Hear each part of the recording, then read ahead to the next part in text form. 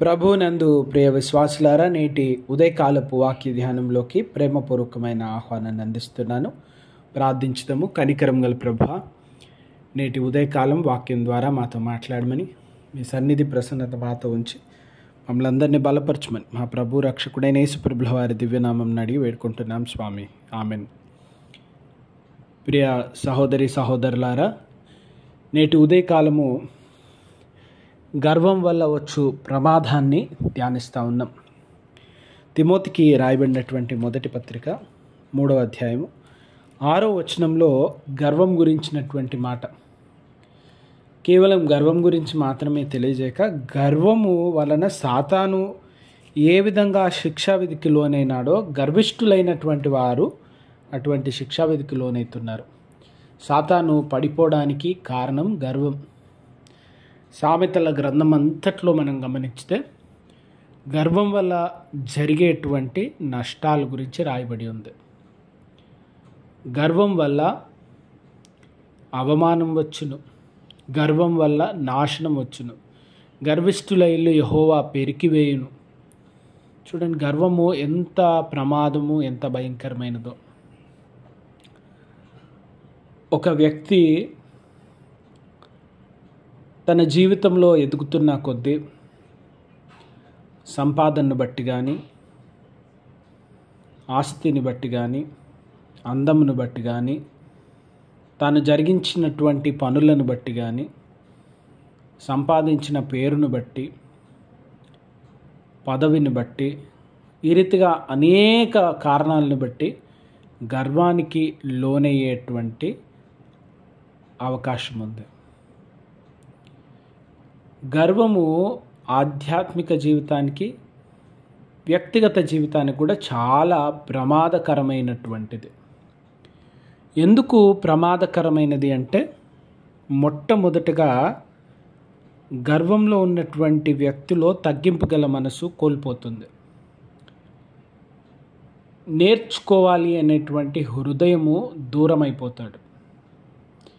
నేను సరైన వ్యక్తిని, నేను కరెక్ట్ అనే ఆలోచన వస్తుంది.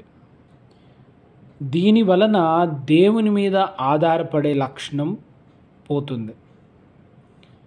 తగ్గింపు కలిగిన వారు ప్రతి సందర్భంలో దేవునిపై ఆధారపడాలి, నేను నేర్చుకోవాలి, దేవుని దగ్గర తెలుసుకోవాలి అనేటువంటి హృదయము, మనసు వారిలో ఉంటుంది.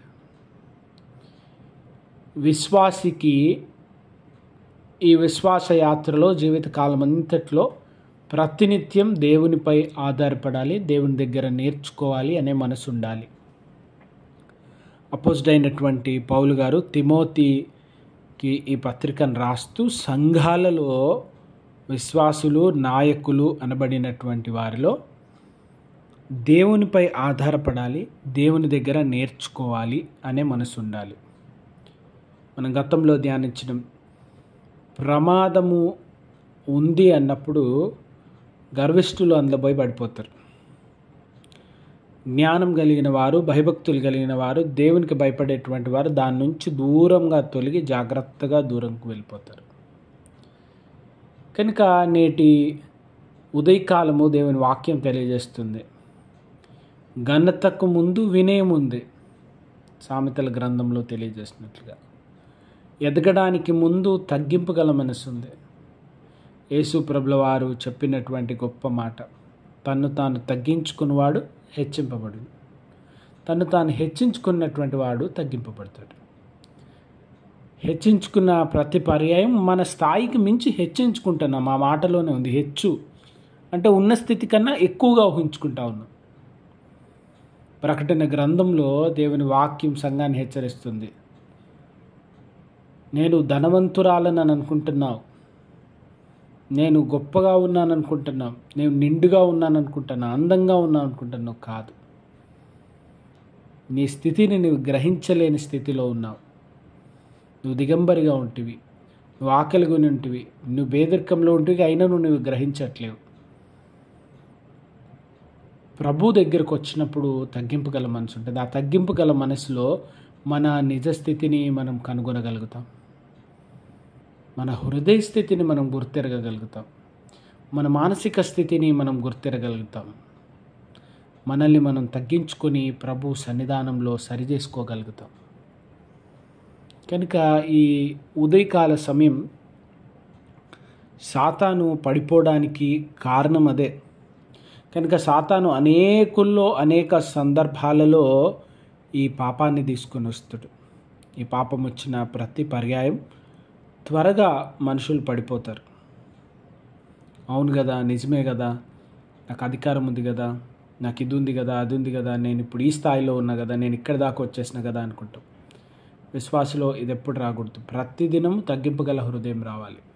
నేర్చుకోవాలనే మనసు, దేవునిపై ఆధారపడాలనుకునేటువంటి మనసు, అందరినీ ప్రేమించే మనసు, గౌరవించేటువంటి మనసు, దేవుని వాక్యంలో నుంచి తెలుసుకోవాలనే మనసు, దేవుడు నాతో మాట్లాడాలి అనుకునేటువంటి మనసు, ఆ మనసు కలిగి ఈ ఉదయకాలం దేవుడిలో సాగిపోయే కృప మనందరికీ దేవుడు కలుగజేయగాక. ప్రార్థించుదాం. కనికరం గల ప్రభువా, వాక్యం విన్న ప్రతి వారిని దీవించి మేళ్లతో దీవెనలతో మీరు తృప్తిపరచమని యేసు పరిశుద్ధ నామములో ప్రార్థిస్తున్నాం. Amen. God bless you all.